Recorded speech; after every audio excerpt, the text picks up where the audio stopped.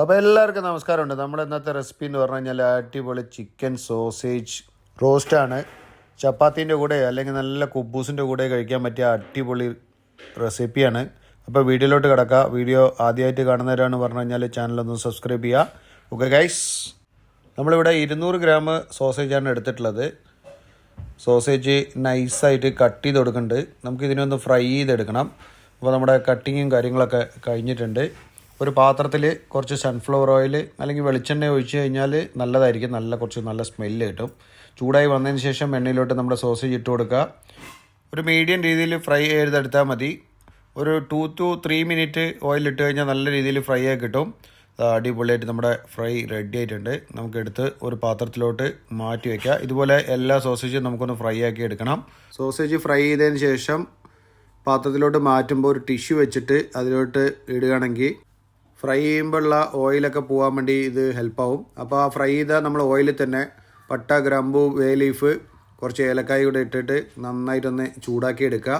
അതിലോട്ട് ഇഞ്ചി വെളുത്തുള്ളി പേസ്റ്റ് അരച്ചത്, ചതച്ചിട്ടാണെങ്കിലും മതിയാവും, അരച്ചിട്ട് ആ പേസ്റ്റ് ഇട്ട് കൊടുക്കുക. അതിലോട്ട് 1 ടീസ്പൂൺ പെരുംജീരകം ഇതോടിട്ട് നന്നായിട്ടൊന്ന് ഇഞ്ചിയൊക്കെ ഒന്ന് നല്ല രീതിയിൽ എണ്ണയിൽ കിടന്ന് മൂപ്പിച്ചെടുക്കണം കേട്ടോ. പ്രത്യേകം ശ്രദ്ധിക്കേണ്ടത് ഇഞ്ചി നല്ല രീതിയിൽ എണ്ണയിൽ നല്ല രീതിയിൽ മൂത്ത് വരണം.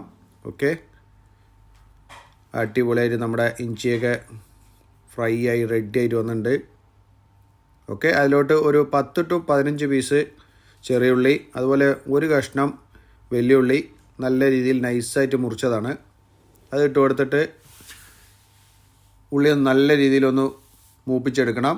അതിലോട്ട് ഒരു 5 പീസ് പച്ചമുളക്, നിങ്ങൾക്ക് എരിവ് കൂടുതൽ വേണം പറഞ്ഞു കഴിഞ്ഞാൽ പച്ചമുളക് കൂടുതൽ എടുക്കുക. അപ്പോൾ ഉള്ളി ഒന്ന് പെട്ടെന്ന് വാടി കിട്ടാൻ വേണ്ടിയിട്ട് ഓക്കെ, നല്ല രീതിയിൽ ഉള്ളിയൊക്കെ ഒന്ന് വാടി വന്നതിന് ശേഷം ഒരു 1/4 ടീസ്പൂൺ മഞ്ഞൾപ്പൊടി ഇട്ടൊന്ന് നല്ല രീതിയിലൊന്ന് മിക്സ് ചെയ്ത് കൊടുക്കുക. ഓക്കെ, അതിലോട്ട് ഒരു ക്യാപ്സിക്കം നമ്മൾ ഇട്ട് കൊടുക്കുന്നുണ്ട്. ഇത് ഓപ്ഷനിലാണ്, നിങ്ങൾക്ക് വേണമെങ്കിൽ ഉപയോഗിക്കാം, ഇല്ലെങ്കിൽ വേണ്ട. ഞാനിത് ഇട്ട് കൊടുത്തിട്ടുണ്ട് കാരണം കുറച്ചുകൂടെ ഒരു നല്ല രീതിയിൽ സ്മെല്ലും നല്ലൊരു ടേസ്റ്റ് വ്യത്യാസമൊക്കെ ഉണ്ടാവും.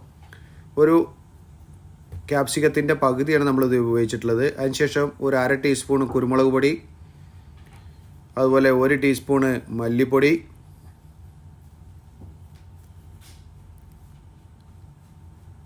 അതുപോലെ ഒരു 1/2 ടീസ്പൂണ് മുളക് പൊടി. നിങ്ങൾക്ക് എരിവ് കുറച്ച് കൂടുതൽ വേണം പറഞ്ഞു കഴിഞ്ഞാൽ കൂടുതൽ ഇടാവുന്നതാണ്. ഒരു 1/2 ടീസ്പൂണ് ഗരം മസാല. ഈ മസാലയൊക്കെ ഈ എണ്ണയിൽ കിടന്ന് നല്ല രീതിയിൽ മൂപ്പിച്ചെടുക്കണേ. നല്ല രീതിയിലൊന്ന് ജസ്റ്റ് ഒന്ന് മിക്സ് ചെയ്ത് കൊടുത്തിട്ട് നല്ല രീതിയിൽ മൂത്ത് വന്നതിന് ശേഷം അതിലോട്ട് 1 ഗ്ലാസ് വെള്ളം ഒഴിച്ചു കൊടുക്കുന്നുണ്ട്. വെള്ളം കൂടുതൽ ഒഴിക്കേണ്ട ആവശ്യമില്ല, കാരണം നമ്മൾ റോസ്റ്റാണ് ഉണ്ടാക്കുന്നത്. ഇവിടെ നമ്മുടെ മസാലയിലോട്ട് നമ്മൾ ഫ്രൈ ചെയ്ത് വെച്ചിട്ടുണ്ടായിരുന്ന സോസേജ് ഇട്ട് കൊടുത്തിട്ട് നല്ല രീതിയിലൊന്ന് മിക്സ് ചെയ്ത് കൊടുക്കണം. മെയിനായിട്ട് ഈ മസാല നല്ല രീതിയിൽ പിടിക്കുന്നവരെ നല്ല രീതിയിലൊന്ന് മിക്സ് ചെയ്ത് കൊടുത്തിട്ട് ഒരു 5 മിനിറ്റ് അടച്ച് വെച്ച് വേവിക്കുക. ഓക്കെ, അടിപൊളിയായിട്ട് നമ്മുടെ നല്ല രീതിയിലുള്ള മണം വരുന്നുണ്ട് കേട്ടോ, സെറ്റപ്പായിട്ട്. ഓക്കെ, നമ്മുടെ റോസ്റ്റ് ഒരുവിധം റെഡി ആയിട്ടുണ്ട്.